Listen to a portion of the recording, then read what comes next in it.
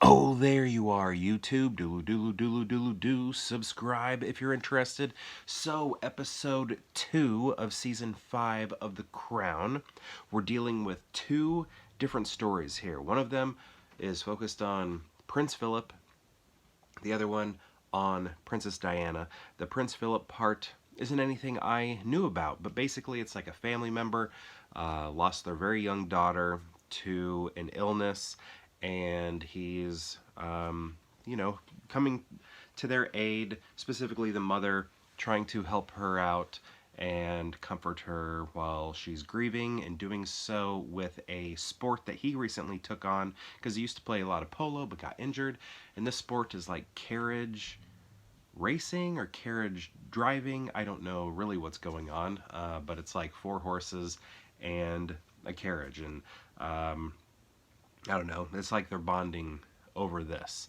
And yeah, that's sort of what this story is him. It's kind of showing a softer side to him because we've seen him very gruff, I feel like, a lot of the time with the previous seasons.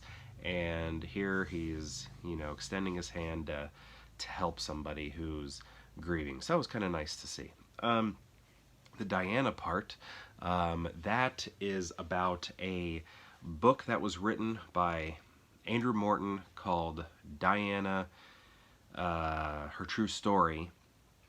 And basically it was written through her, like they were doing some private secret exchanges, like she was recording herself and then he was taking those recordings and then writing a book, right?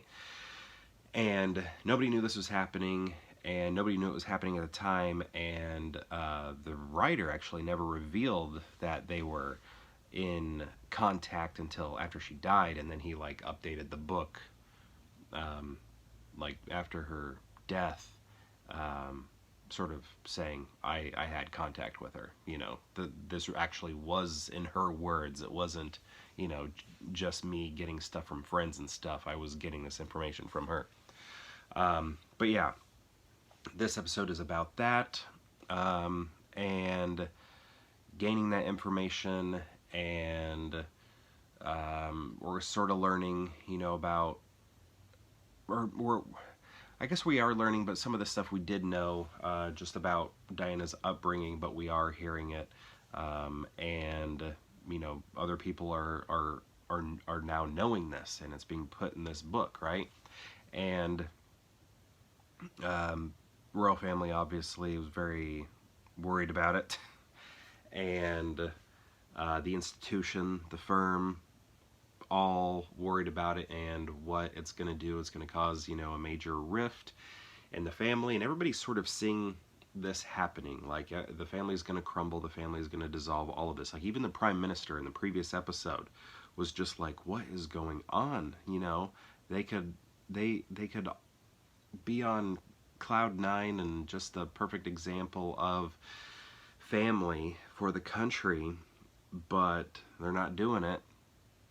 And that's sort of what's happening in this one, where we're seeing everything begin to crumble. And this book is definitely not helping anything. The institution in helping Diana with the resources that she needs is not happening. It's similar to what it seems like with Meghan Markle. Similar things were happening. She was having difficulty adjusting, and they just didn't have any like resources for her in that adjustment. It was sort of a just catch up. So yeah, I think this episode was pretty okay.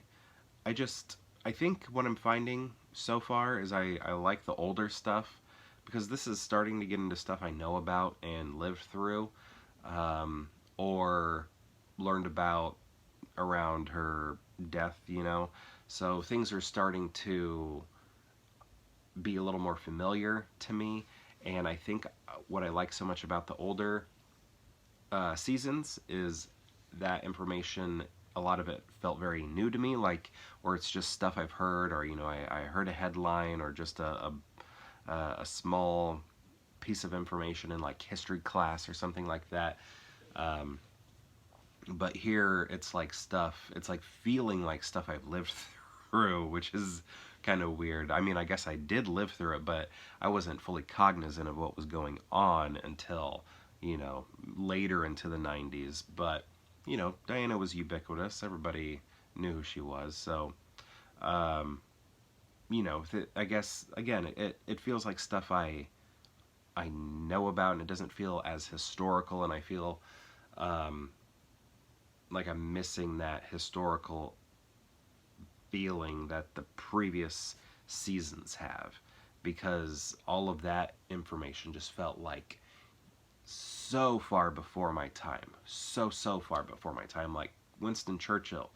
That just seems like extreme distance, right, from my life. Even in actuality, it's not, but when watching the show, it was just cool to learn about all of that stuff, right? That was all neat to see, like the painting with Winston Churchill painting.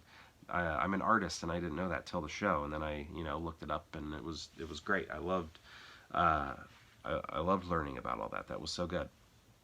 So again, yeah, everything just feels a little bit too current to me, but that's the nature of the show. They're covering it all, so. That's just, a thing I gotta get used to. It's not like the show's no longer good anymore. It's just a getting used to thing, just like how I have to get used to the cast every time they switch cast. Cast is still feeling good. The guy who's playing Prince Philip, whose name I can never remember, he's starting to work for me. I just needed a couple episodes. That's it. I still don't think he's like visibly looks like him at all, but his story is working for me. All of it's fine. It's all just a little bit. I gotta slowly move in. It just doesn't always feel comfortable with the new cast. Some more than others.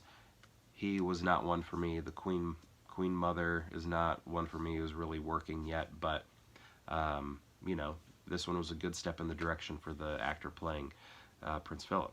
So, anyway, it felt like a blander episode. I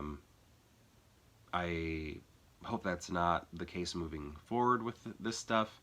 And again, I think some of that has to do with me feeling like I lived through this, that sort of thing.